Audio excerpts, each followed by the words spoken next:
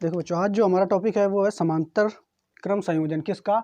तो संधारित्रों का। कल हमने श्रेणी क्रम संयोजन पढ़ लिया था। श्रेणी क्रम संयोजन में क्या करते हैं, जितने भी संधारित्र होते हैं उसमें क्या करते हैं कि संधारित्र की पहली प्लेट को एक बिंदु से, फिर उसकी दूसरी प्लेट को दूसरे संधारित्र के पहले बिंदु से, फिर क्या करते हैं दूसरे संधारित्र की दूसरी प्लेट को तीसरे संधारित्र की पहली प्लेट से, और क्रम इसी तरीके से चलता जाता है। और लास्ट में जो अंतिम संधारित्र की जो दूसरी प्लेट है उसको हम पृथ्वी से जोड़ देते हैं, जबकि पहली प्लेट को किससे जोड़ते थे? बैटरी वगैरह से जोड़ते थे। ठीक। और इस तरीके का जो संयोजन होता था वो कैसा होता था? श्रेणी क्रम संयोजन। श्रेणी क्रम संयोजन में क्या होता है, जितने तीनों संधारित्र, जितने संधारित्र आपको जोड़ना होता है, तो उनमें से सभी की धारिताएं जो होती हैं, सभी की धारिताओं में जिसकी धारिता सबसे कम होती है उससे भी कम धारिता किसकी होती है? तुल्य संधारित्र की धारिता। तुल्य का मतलब तीनों को जोड़ने पर जो धारिता आएगी। ठीक, समझ पाए कि नहीं? और आज जो हम पढ़ेंगे वो है समांतर क्रम संधारिता, संधारित्रों की समांतर क्रम संयोजन। इसमें देखो क्या है, तीन संधारित्र हम ले रहे हैं। ये पहला, ठीक है, ये पहला संधारित्र है, ये दूसरा संधारित्र है, ठीक है, और ये तीसरा संधारित्र है। ठीक, तीन संधारित्र है बच्चों, तीनों दिख रहे हैं ना? हाँ, अब देखो इसमें क्या करेंगे, इन तीनों संधारित्रों की ये पहली वाली प्लेट है और ये दूसरी वाली प्लेट है ना। अब क्या करेंगे, इसकी पहली प्लेट को, सभी की तीनों संधारित्रों की पहली प्लेटों को एक बिंदु से जोड़ेंगे। तो एक पॉइंट हमने ले लिया यहाँ कहीं, ये पॉइंट हमने ले लिया है। ठीक है, इस पॉइंट से हम क्या करेंगे, तीनों प्लेटों को जोड़ेंगे। तो तीनों प्लेटों की, इसकी ये वाली प्लेट है, हमने इससे जोड़ दिया, इसकी ये वाली प्लेट है, हमने इससे जोड़ दिया, इसकी ये वाली प्लेट है, हमने इससे जोड़ दिया। ठीक, फिर क्या करेंगे, जो अगली लास्ट वाली प्लेट है, अंतिम वाली, उसकी दूसरी प्लेटों को एक तीसरे अन्य बिंदु से जोड़ देंगे। ये इस जगह पे पॉइंट हमने ले लिया, यहाँ पे इस संधारित्र की दूसरी प्लेट को इसी बिंदु से हमने जोड़ दिया है, इस प्लेट को इसी बिंदु से हमने जोड़ दिया है, और इस प्लेट को भी हमने इसी बिंदु से जोड़ दिया है। समझ पा रहे हो कि नहीं? अब फिर क्या करेंगे, जो ये दो बिंदु हैं इसको मान लेते हैं, ये पहला जो बिंदु है इसको मान लेते हैं ए बिंदु, ये वाला जो दूसरा बिंदु है ये बी बिंदु है। तो ये जो जोड़ने का क्रम है, इसी क्रम को हम कहते हैं समांतर क्रम संयोजन। समांतर क्रम संयोजन क्यों कहते हैं, ये अगर देखा जाए ध्यान से, तो अगर इसको हम मान लेते हैं कि ये जो देख रहे हो ना, ये रेखा इस संधारित्र की अगर बीच से होकर के ये रेखा जाए, ऐसे समझ लो इसको, बीच से होकर के एक रेखा इससे खींचे, इससे खींचे, इससे भी, इससे खींचे, इससे भी, तो सभी देखो ये रेखाएं कैसी हैं, समांतर क्रम है कि नहीं? तो ऐसा क्रम जो है ये समांतर क्रम कहलाता है। बिल्कुल समझ पा रहे हो कि नहीं? यदि संधारित्र की पहली प्लेटों को, ये जितने भी संधारित्र हैं उनकी पहली प्लेटों को किसी एक बिंदु से तथा दूसरी प्लेटों को दूसरे बिंदु से जोड़ते हैं, तो इस प्रकार का जो संयोजन होता है उसी संयोजन को हम क्या कहते हैं बच्चों? समांतर क्रम संयोजन कहते हैं। क्लियर जी? अच्छा, अब आगे देखते हैं। इसमें मान लेते हैं जो पहला ये संधारित्र है उसकी धारिता कितनी है? C1। कितनी है? C1। दूसरा संधारित्र है उसकी धारिता C2। देखो सबकी धारिता अलग अलग होगी अपने हिसाब से। ठीक है, इसकी धारिता मान लेते हैं C1, इसकी धारिता मान लेते हैं C2, इसकी धारिता मान लेते हैं C3। सब में धारिता अलग अलग है। अच्छा, और देखो इन दोनों बिंदुओं को, जो ये दोनों बिंदु हैं इनको हम किसी बैटरी से जोड़ देते हैं इधर। तो नीचे ये हम इसको किसी बैटरी से ऐसे जोड़ देते हैं। ठीक है, जैसे ही बैटरी से जोड़ेंगे तो तुरंत क्या हो जाएगा बच्चों? तुरंत आवेश जो है वो आना इस पर चालू हो जाएगा। धन प्लेट है, ये माइनस, तुरंत आवेश इस पर जाएगा कि नहीं? और जैसे आवेश जाएगा तो इस पर plus plus plus plus plus आवेश, इस पर माइनस माइनस माइनस माइनस आवेश आ जाएगा कि नहीं? अच्छा, अब देखो मान लिया इनकी सभी संधारित्रों की धारिता C1, C2 और C3 है। अगर हमने क्या किया, इस बिंदु पे हमने Q आवेश दिया। कितना आवेश दिया? प्लस Q आवेश दिया। तो होगा क्या, देखो इसकी धारिता हमने मान लीजिए ऐसी होगी, इसकी धारिता जैसी होगी, इसकी धारिता जैसी होगी, उसी हिसाब से ये अपना आवेश को लेंगे। नहीं समझ पा रहे हो? हमने टोटल आवेश,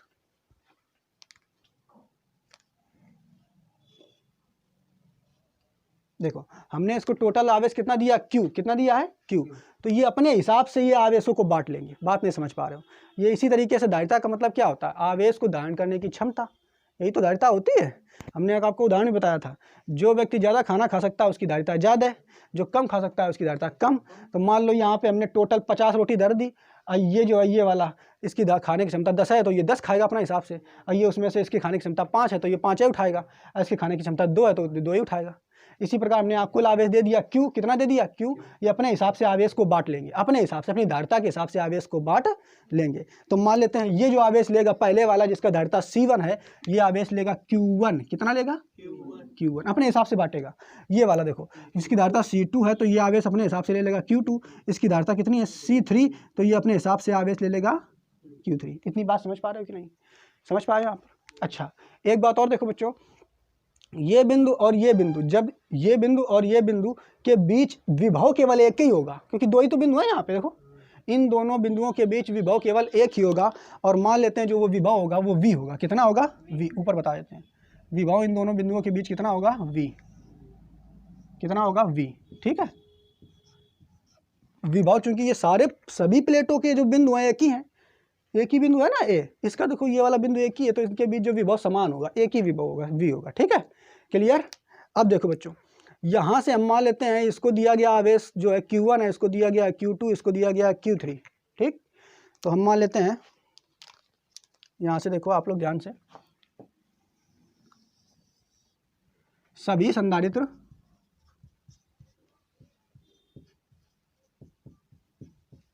अपनी धारिताओं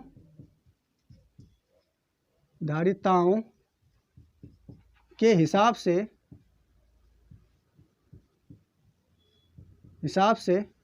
Q1, Q2, Q3 आवेश ले लेते हैं। लेकिन क्या जो आवेश आया कहाँ से था, तो आवेश टोटल आवेश Q दिया गया था, कितना दिया गया था Q। तो अब हम पहले वाले अगर संधारित्र की बात करें तो पहले वाले संधारित्र की अगर बात करोगे तो Q1 अगर निकालना हो, पहले संधारित्र के लिए Q1 निकालना हो तो आपको सूत्र हमने पढ़ाया है धारिता का, क्या होता है C बराबर Q/V, ये पढ़ाया कि नहीं, अरे सॉरी C बराबर Q/V होता है कि नहीं। हाँ, तो यहाँ पे हम निकाल क्या रहे हैं, Q1 निकाल रहे हैं, Q1। तो Q बराबर अगर निकालोगे बच्चों तो Q बराबर आएगा C/V, आएगा कि नहीं, Q बराबर क्या आएगा C/V। तो पहले संधारित्र की बात करें अगर हम, पहले संधारित्र की, तो पहले संधारित्र में क्या है Q1, पहले संधारित्र में क्या है Q1, तो यानी Q1 बराबर यहाँ से आएगा बच्चों C1 और इंटू में V, V1 नहीं होगा, क्यों, क्योंकि सभी संधारित्रों पर आवेश तो एक ही है ना, मतलब विभव तो एक ही है ना V, ऐसा तो है नहीं कि अलग अलग विभव है, जबकि श्रेणी क्रम में विभव अलग अलग था, श्रेणी क्रम में विभव अलग अलग था क्योंकि वहाँ पॉइंट अलग अलग थे सबके, और इसमें सबका पॉइंट एक यही है A और B, यही तो है सभी का। तो यहाँ पे Q1 बराबर जब निकालोगे तो Q1 बराबर आएगा C1 इंटू V, ठीक। इसी प्रकार अगर Q2 बराबर निकालोगे बच्चों तो क्या आएगा C2 इंटू V, आएगा कि नहीं। और इसी प्रकार Q3 अगर निकालोगे तो कितना आएगा C3 इंटू V। इतनी बात समझ पा रहे हो। अच्छा, अब देखो यहाँ पे टोटल आवेश तुमने कितना दिया था, Q दिया था, ये अपने अपने हिसाब से आवेश लिए कि नहीं। तो Q बराबर अगर निकालोगे तो Q1, Q2 और Q3 नहीं होगा, होगा कि नहीं, ठीक। तो हमने यहाँ पे लिखेंगे कुल आवेश कितना था बच्चों, Q था, कितना था Q। तो Q बराबर अगर निकालोगे तो आएगा Q1 plus Q2 plus Q3। बात समझ पाए कुछ। हम ये मान लें कि ये तीनों संधारित्र हमने अलग अलग लगाए हैं, इनकी धारिताएं अलग अलग है, इसकी जगह एक बड़ा सा संधारित्र लगा दें जिसकी तुल्य धारिता C हो, कितनी हो C हो, कितनी हो C हो। तो अगर उसको लगाएंगे तो उस पर जो Q आवेश तुम जितना दोगे तो वो अकेले पूरा Q आवेश ले लेगा। लेकिन ये तीनों क्या किए हैं, ये तीनों Q में से बांटे हैं, Q1 फिर Q2 और Q3 बांटे अपने हिसाब से। तो यानी यहाँ पे Q बराबर अगर तुम जब निकालोगे बच्चों तो यहाँ पे Q1 आएगा प्लस Q2 प्लस Q3, इन तीनों को जोड़ोगे आवेशों के तभी तो Q के बराबर होगा कि नहीं। ये बात समझ पा रहे हो कि नहीं। अच्छा, अब क्या करेंगे, समीकरण नंबर इसको 1 मान लो, इसको समीकरण नंबर 1 मान लो। अब देखो जो ये आप क्यों देख रहे हो, ये तुल्य संधारित्र का दिया गया आवेश है। तुल्य संधारित्र का मतलब है इसकी जगह एक संधारित्र लगा दें इसकी जगह, ठीक है। हाँ, तो अब यहाँ पे देखो Q बराबर हम जानते हैं होता है C इंटू V। Q बराबर क्या होता है C इंटू V, जहाँ C क्या है तुल्य संधारित्र की धारिता, तो Q की जगह आ जाएगा तुम्हारा बच्चों C इंटू V, आ जाए कि नहीं। जबकि Q1 की जगह देखो क्या आएगा, तो Q1 का मान निकाल चुके हैं ऊपर C1 into V plus Q2 का मान भी निकाल चुके हैं C2 into V plus Q3 का मान भी निकाल चुके हैं C3 इंटू V। कुछ कॉमन आएगा उसको निकाल लेते हैं, तो C इंटू V बराबर V कॉमन आ जाएगा तो आ जाएगा C1 plus C2 plus C3। V से V कट जाएगा तो V बराबर जो तुम्हारा, सॉरी क्या काट दिया हमने, C काट दिया। V से V कट जाएगा तो तुम्हारा V बराबर नहीं, सॉरी C बराबर आएगा, C बराबर क्या आ जाएगा, C1 plus C2 plus C3। ठीक, और यही सूत्र का है श्रेणी क्रम का। बात समझ पाए कि नहीं? देखो ये जो C निकल के आया है ये क्या है, तुल्य संधारित्र की धारिता। तुल्य संधारित्र की धारिता का मतलब क्या है कि ये तीन लोग जो काम करेंगे इनको हटा करके एक ऐसा संधारित्र लगा दें जो इन तीनों का काम कर ले। समझ पा रहे हो कि नहीं? ठीक है, ऐसा समझ सकते हो जैसे किसी घर को 3 लेबर बनाते हैं 2 दिन में, तो उन 3 लेबर की जगह एक कोई पावरफुल लेबर लेकर के आए और वही 2 अकेले बना दे उसी घर को 2 दिन में। समझ पा रहे हो कि नहीं? उसी तरीके से ये तीनों संधारित्रों को हमने जो श्रेणी क्रम में जोड़ा है तो इनकी धारिताएं C1 है, इसकी C2 है, इसकी C3 है। इनकी जगह एक ले आओ, अगर उनको जोड़ दोगे तो उसकी धारिता कितनी होगी, C। ठीक, तो वो जो C धारिता होगी इनके तीनों के योग के बराबर होगी। ये बात हमने आपको बता दी। और ये श्रेणी क्रम का सूत्र समांतर क्रम का सूत्र निकल गया। श्रेणी क्रम का क्या था, 1/C बराबर 1/C1 plus 1/C2 plus 1/C3। और इसमें ये बात आपको देखो ध्यान रखनी है कि इसमें ये C1, C2 और C3 तीन संधारित्र हैं। इन तीनों संधारित्रों की जितनी धारिता होगी, इन तीनों संधारित्रों की जितनी धारिता होगी उन सभी से अधिक धारिता होगी तुल्य संधारित्र की धारिता। देखो तो यहां से हम देख लेते हैं, अगर हम मान लें, देखो बच्चों ये हम देखेंगे, मान लेते हैं कि C1 और C2 और C3 के मान अलग अलग हैं। मान लेते हैं C1 का मान कितना है, C1 का मान लेते हैं 10, C2 का मान कितना है 2, C3 का मान कितना है, C1, C2 और C3 का मान लेते हैं 5। और धारिता को हम काय में नापते हैं, फैरेड में। काय में नापते हैं, फैरेड में। तो इसकी धारिता 10 फैरेड, इसकी धारिता 2 फैरेड, इसकी धारिता 5 फैरेड। तीनों की अलग अलग है, इसकी 10, इसकी 2, इसकी 5। अब तीनों को अगर श्रेणी क्रम में समांतर क्रम में जोड़ दोगे, तीनों को अगर समांतर क्रम में जोड़ दोगे तो जो तुल्य संधारित्र की धारिता आएगी वो तीनों से ज़्यादा आएगी, बिल्कुल आएगी ज़्यादा। जोड़ो इनको, तो 10 2 12 और 5 17 है, तो टोटल कितनी आ जाएगी, 17।